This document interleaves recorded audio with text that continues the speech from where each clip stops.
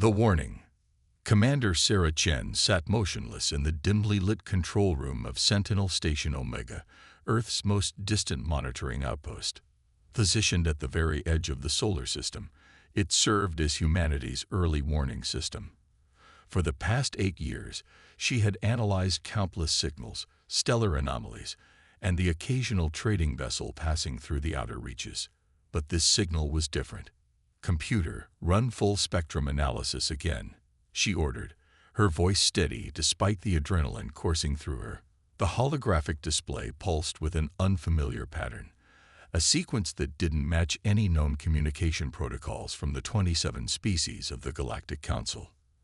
"Analysis complete," the AI responded. "Signal contains embedded quantum encryption, consistent with Krillian technology, but pattern structure indicates non-standard usage." Sarah's brow furrowed. The Krillians were among Earth's strongest allies in the Council, at least officially. Why would they be sending encrypted messages through unofficial channels? She tapped her neural implant, establishing a direct link to Earth Defense Command. "Admiral Rise, this is Commander Chen at Sentinel Omega, requesting immediate secure conference." Within moments, the stern face of Admiral Elena Reyes appeared on her screen.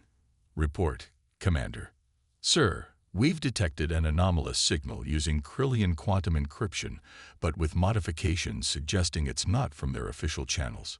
Sarah transferred the data. "Initial decryption suggests it contains tactical positioning data for multiple fleets. Fleets that don't appear in any registered movement schedules." Admiral Rice's expression darkened. "How confident are you in this assessment?" "The signal has repeated 3 times in the last 6 hours, each transmission containing updated positioning data. The trajectories all converge toward our solar system." "Sir, implement quiet shield protocols, Commander. Continue monitoring but report only on this secure channel." "Understood." "Yes, Admiral." Sarah knew what quiet shield meant. Earth was activating its hidden defenses while maintaining an appearance of normal operations. After the first contact war 50 years ago, humanity had learned a painful lesson. While they had joined the Galactic Council and publicly embraced peaceful cooperation, Earth had never truly dropped its guard. Behind a facade of minimal defense systems compliant with Council regulations, Earth had secretly built a network of stealth platforms, quantum-shielded weapon systems, and emergency protocols that could transform civilian infrastructure into military assets within minutes. The next day, Sarah received a visitor. Dr. Kavita Sharma, Earth's leading xenolinguist, arrived via stealth transport. "Dr. Sharma, welcome to the edge of nowhere," Sarah said, greeting her old academy colleague. "I came as soon as I finished the preliminary translation," Kavita replied, dispensing with pleasantries. "The signal isn't just tactical data. It's a warning." She activated her own holographic display. "It's from someone called Whisper in Darkness, presumably a code name. They claim to be part of a resistance movement within the Krillian Empire. According to this, the Krillian Imperator and representatives from 6 other Council species have been planning an operation called Human Containment for the past 15 years. Sarah felt the blood drain from her face. Containment. Their word for extermination. The warning says they've convinced the Council that Earth's rapid technological advancement and our continued expansion to new colony worlds represents an existential threat to galactic stability. That's absurd. We've followed every Council restriction on expansion and technology development." Kavita's expression was grim. "The message says that's precisely why they're moving now. They fear what humanity might become if left unchecked. The Krillians remember how quickly we adapted during the First Contact War. How we went from barely achieving interplanetary travel to reverse engineering their weapons in less than a decade. So they're attacking us for what we might do in the future?" Sarah asked incredulously. "According to this warning, yes. And there's more. Council representatives are scheduled to arrive at Earth tomorrow for an emergency inspection of our defense systems." Back on Earth, Admiral Rice stood before the Earth Defense Council, in the underground command center beneath the Pacific Ocean. The room was filled with military leaders and government officials, their faces illuminated by the soft blue glow of holographic displays. "The council representatives will arrive in 12 hours, she explained. "Their stated purpose is to verify our compliance with defense limitations. Our intelligence now suggests this is a prelude to a coordinated attack." President Immerse Khan, her dark eyes resolute, addressed the room. "How reliable is this intelligence?" The warning came through non-official channels, but has been verified by 3 separate sources now, including our deep cover operative within the Krillian military, Admiral Reyes replied. "Additionally, our long-range sensors have detected unusual fleet movements consistent with the warning." General Wyzong, commander of Earth's Space Force, stood up. "What's our response plan?" "Operation Sleeping Giant," Admiral Reyes said, activating a detailed holographic map of the solar system. Red dots appeared throughout, representing hidden defense platforms and weapon systems.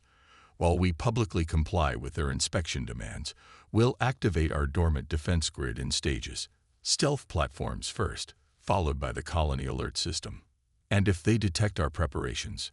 asked Defense Minister Okafor. "Then we'll know for certain their intentions aren't peaceful," President Khan said firmly. "I won't risk Earth on the slim chance this is all a misunderstanding." The next day, 5 sleek vessels representing the Galactic Council entered Earth orbit.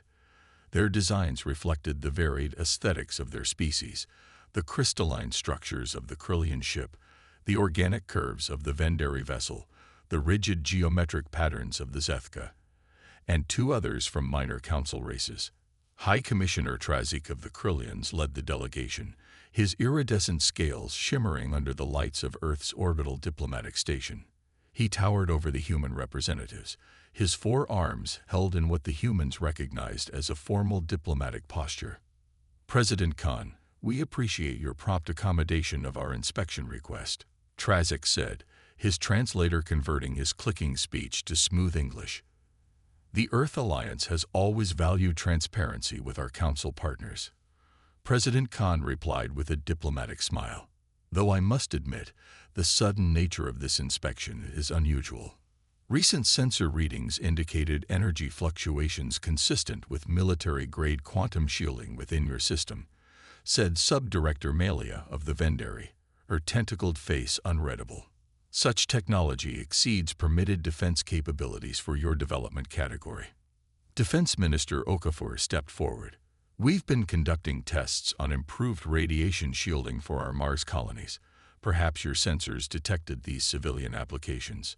High Commissioner Trazik's inner eyelids flickered, a sign of skepticism known to human sinologists. "Perhaps. Nonetheless, we must conduct a thorough inspection of all your defense systems." "Of course," President Khan agreed. "We have nothing to hide." As the delegation toured Earth's official defense installations, Operation Sleeping Giant proceeded silently. Throughout the solar system, disguised platforms and satellites subtly altered their configurations. Colonial outposts received encrypted warnings. Military personnel were quietly recalled from leave. Meanwhile, in a secure analysis chamber beneath Geneva, Dr. Kavita Sharma made a breakthrough with the mysterious signal. "Admiral Reyes, the warning contains specific details about the planned attack," she reported urgently. "The Council ships currently in orbit are equipped with specialized jamming technology designed to disable our communication networks. Once activated, they'll create a blanket disruption that will prevent us from coordinating any defense." "When?" Admiral Reyes asked simply. "The signal indicates 23 minutes from now." Admiral Reyes didn't hesitate. "Initiate Sleeping Giant Phase 2. Across Earth's orbit, 36 satellites that had appeared dormant suddenly activated advanced energy shields. On the ground, military bases that had seemed minimal and compliant with Council regulations revealed hidden hangars and weapon emplacements. Aboard the Council diplomatic station, High Commissioner Trazik received an urgent communication and turned to President Khan with cold fury in his eyes. "You have deceived the Council," he hissed. We detect unauthorized defense systems activating throughout your system. President Khan stood tall despite being dwarfed by the alien diplomat.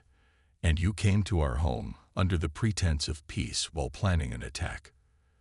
The deception is mutual, Commissioner. A regrettable but necessary precaution. Trazik replied without denying the accusation. Humanity's potential growth curve represents an unacceptable risk to galactic stability. You were given 50 years to demonstrate your willingness to accept limitations. You have failed. By developing defenses while honoring every territorial and technological restriction, President Khan challenged. Our crime is being prepared. Your crime is your nature, the Krillian said coldly. You adapt too quickly. You push boundaries. Even now, your colony worlds exceed productivity projections by 43%. Given 2 centuries of development, humanity would challenge the established order of races that have maintained peace for 50 millennia. As they spoke, the Krillian vessel in orbit suddenly powered its weapons systems. Earth's hidden defenses responded immediately, energy shields forming protective bubbles around major cities and infrastructure. The first shots of Earth's final war were fired not by humans, but by those who feared what humanity might become. In the chaos that followed, Commander Sarah Chen at distant Sentinel Station Omega received a new transmission, stronger and clearer than before.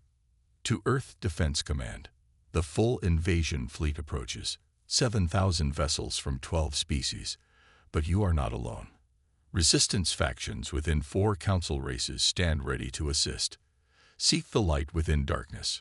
Sarah immediately relayed the message to Admiral Reyes, who is now coordinating Earth's initial defense from the mobile command center. Send the recognition signal, Admiral Reyes ordered. If there are allies out there, we need them now. As Earth's hidden defenses fought against the initial council attack, the true scale of the threat became clear.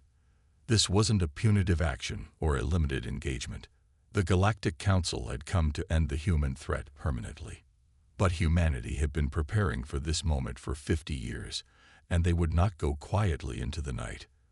The counterattack. The darkness of space lit up with the exchange of weapons fire as Earth's defense platforms engaged the initial wave of Council ships. What had begun as a surprise attack had transformed into a desperate holding action as humanity revealed the full extent of its secret preparations. In the command bunker beneath the Pacific, Admiral Reyes watched grimly as damage reports flooded in. Despite Earth's hidden defenses performing beyond expectations, they were outnumbered and outgunned. Status of the Prometheus Protocol, she asked, turning to General Zhang. All 37 colony worlds have acknowledged the signal and begun implementation, he replied. Estimated completion within 12 hours. President Khan, who had been evacuated to the command center, studied the tactical display. And the invasion fleet. Long-range sensors confirmed the warning was accurate. Admiral Reyes said, approximately 7,000 vessels approaching from multiple vectors. Estimated arrival of the main force in 6 hours. Then we need to hold until Prometheus is fully implemented, President Khan said. What about these supposed allies mentioned in the transmission? Before Admiral Reyes could respond, a communications officer called out, Admiral, we're receiving a transmission on the recognition frequency we broadcast. The main screen flickered, resolving into the image of a Krillian female, her scales darker than those of High Commissioner Trazik, with distinctive white markings around her eyes.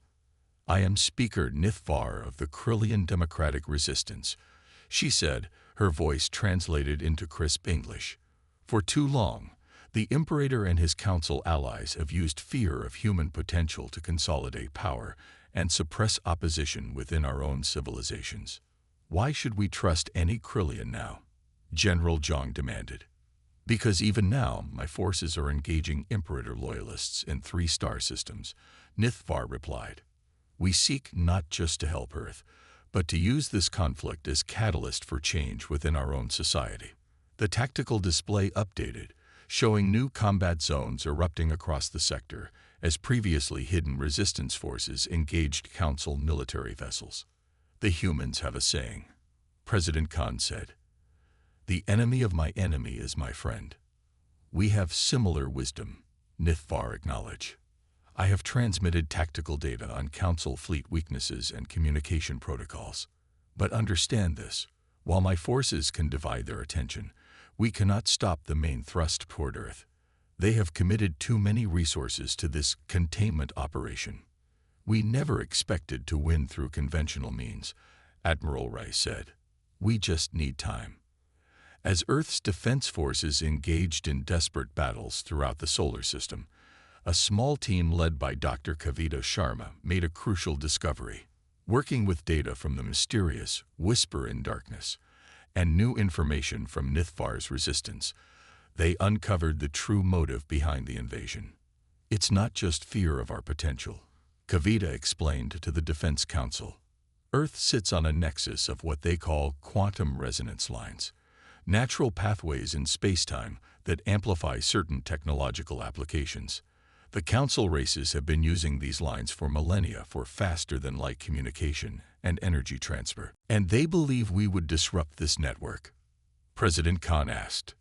"Worse, they believe if we discovered how to harness these resonance lines, we could potentially develop technologies that would render their defenses obsolete.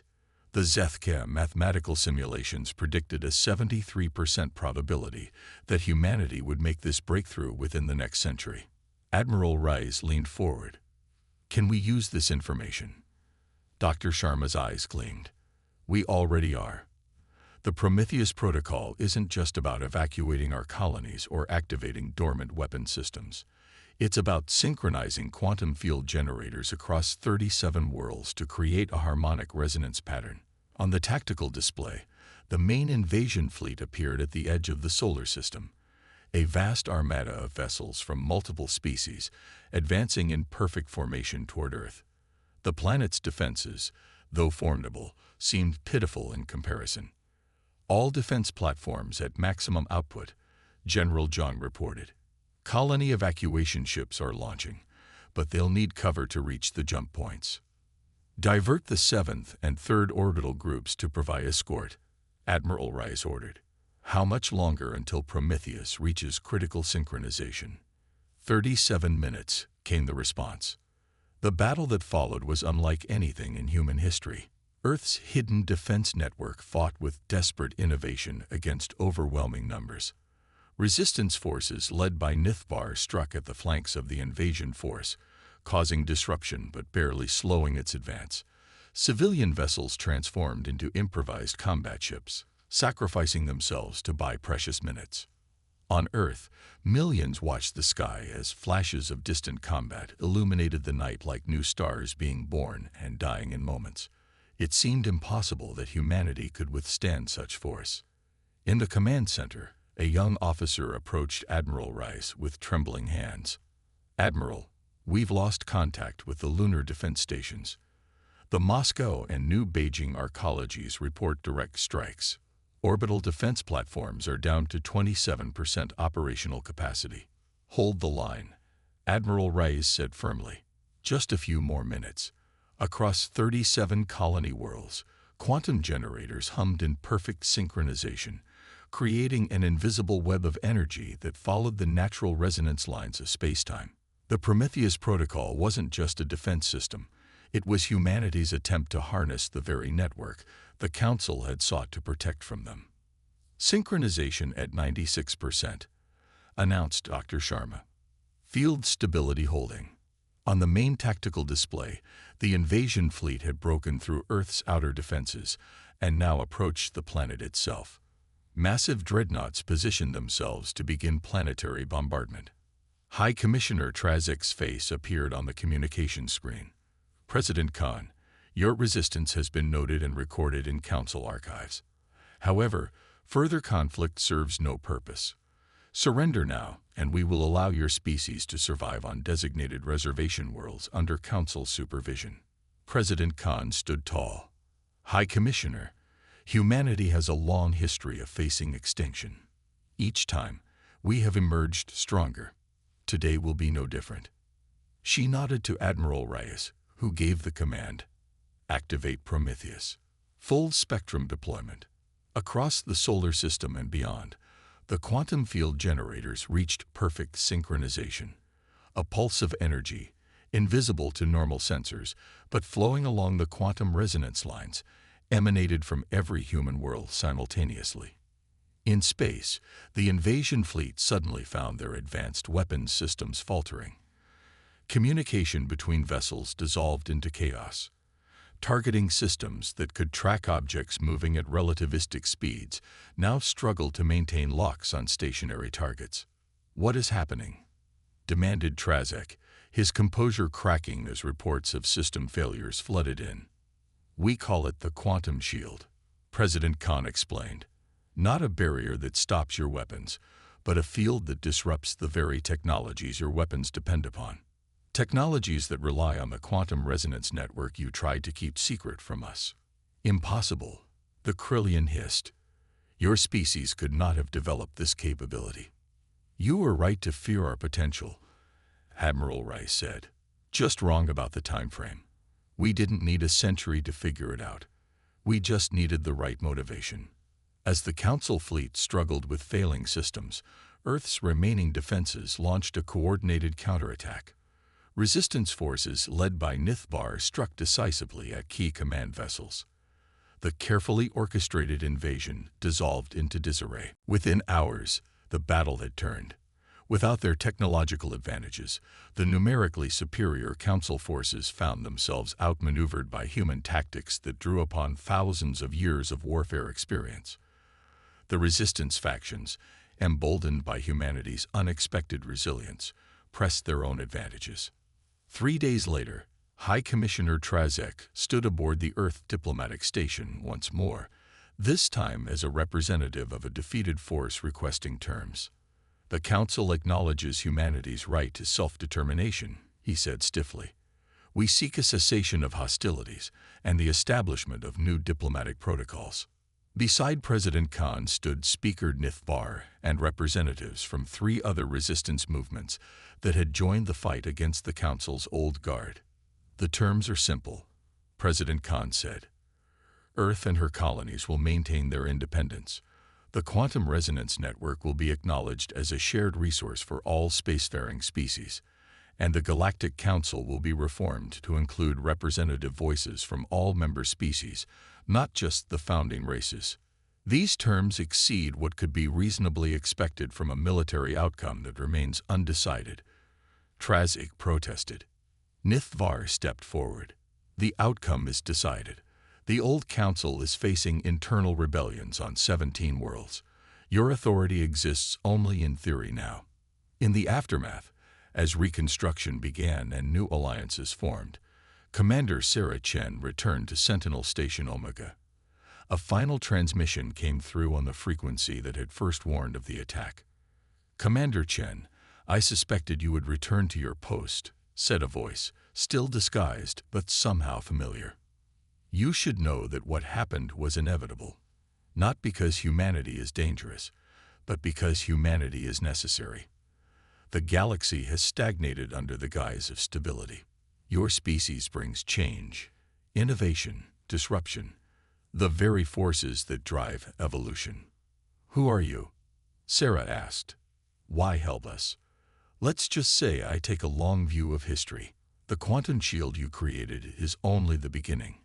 Humanity has now stepped onto a larger stage, and the performance is about to get very interesting indeed." The signal ended, leaving Sarah with more questions than answers.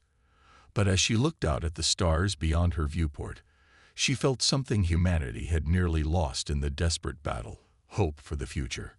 Earth had survived its final war, not by becoming more like the ancient species that had sought to contain it, but by embracing what made humans unique: adaptability, innovation, and an unwavering determination to forge their own path among the stars. The signal that had triggered Earth's final war response had done more than save humanity.